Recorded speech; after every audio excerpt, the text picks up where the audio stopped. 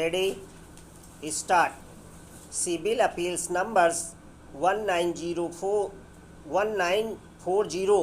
and 1941 or 2020 and the cognate appeals arise from the self-same common judgment dated 29th July 2019 and 4th October 2019 passed by the division bench of the High Court of Punjab and Haryana at Chandigarh. Stop para.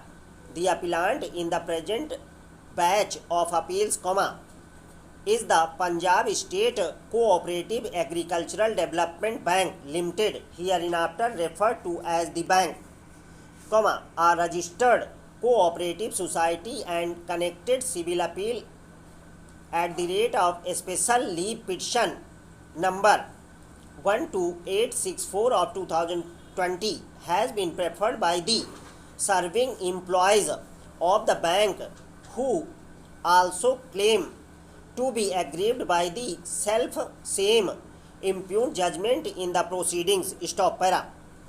At the same time, the respondents are the original writ petitioners who are the retired employees, and the service conditions of the employees are governed by the Punjab State Cooperative Agricultural Land Mortgage Banks Service Common Cadre Rules 1978, hereinafter being referred to as the Rules 1978, and became members of the bank pension scheme, which was introduced with effect from 1st April 1989. Stop para.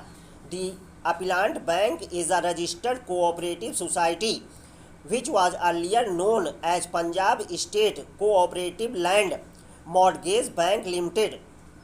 Stop.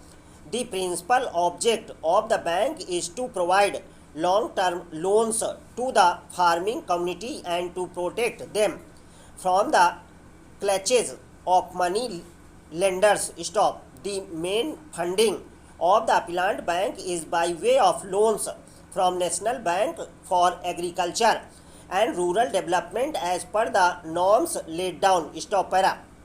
The appellant bank has two-tier structure comprising of Punjab State Cooperative Agricultural Development Bank Limited at apex level and the primary agricultural development banks at the grassroots level. Stop.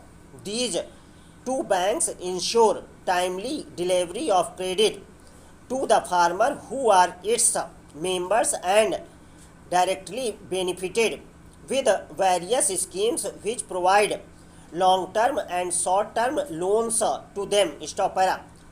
Prior to 1989, the employees of the appellant bank were covered under the Employees Provident Fund and Miscellaneous Provisions Act 1952, hereinafter being referred to as the Act 1952. Stop.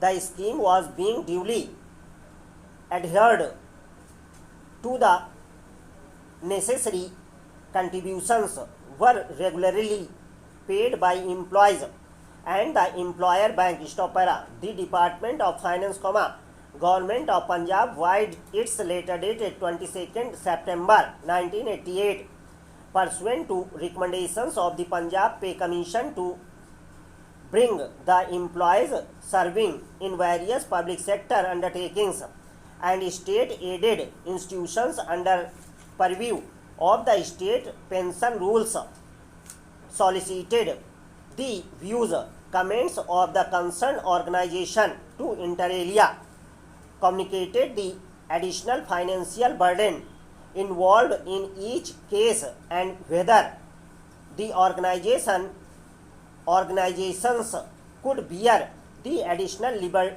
liability out of their own resources. Stop para.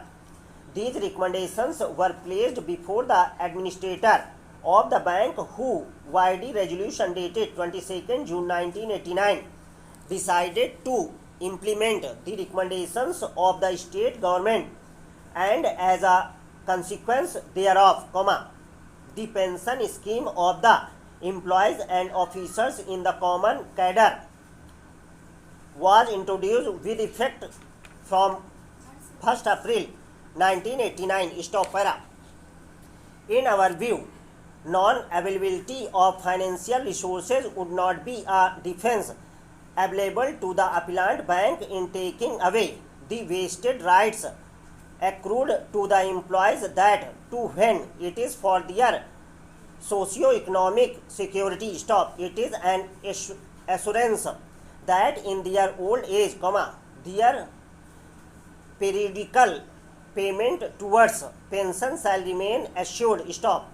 The pension which is being paid to them is not a bounty, and it is for the appellant to divert the resources from where the funds can be made available to fulfill the rights of the employees in protecting the vested rights accrued in their favor. Stop para. So far as the submission made by the serving employees is concerned, they have no locus to question.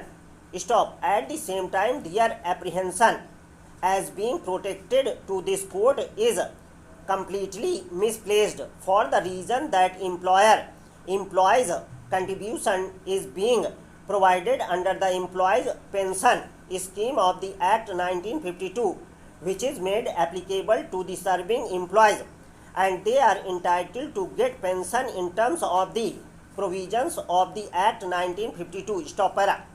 So far as their complaint regarding payment of contribution is concerned, it is in no manner going to be adjusted for payment of pension to retirees respondents, stop, who are entitled to get their pension in terms of the pension scheme of which they are members, and it is for the appellant bank to reserve the resources and make payment to the retired employees seeking pension to the scheme in vague when they became members and took benefits pursuant thereto. Stop para. Before we part with the judgment, we cannot be oblivious of the situation that the complaint of the employees that they are not being paid their pension since 2013, at the given time few employees have been given benefit of one-time settlement as introduced by the bank as an interim measure which was subject to their rights being preserved, in the pending litigation, taking grievance of the either party into consideration. The financial constraints of the bank and the rights of the employees who are entitled to get pension under the bank pension scheme, we consider appropriate to observe that so far as the arrears towards element of pension to which the retired employees are entitled for, the appellant bank is at liberty to pay arrears towards pension up to 31st December 2021 in 12 monthly installments in the next 1 year by the end of December 2022, and those employees who have accepted payment under one-time settlement at a given point of time, what is being paid to them is always open for adjustment against arrears of their due pension. Stop para. Still, if arrears remain outstanding, the same shall be paid in 12th monthly installments. Stop. At the same time, each of the employee who is member of the bank pension scheme must get pension to which he/she is entitled from the month of January 2022 as admissible under the law. Stop para. So far as the complaint of the appellant bank regarding orders passed under section 7A, section 14B and section 7Q of the Act 1952 for the period April 1989 to March 2015 and for April 2015 to June 2017, copies of which has been placed on record is concerned, are not the subject matter of challenge in the instant proceedings, it will be open for the appellant to take legal recourse, if being aggrieved in the appropriate proceedings available under the law.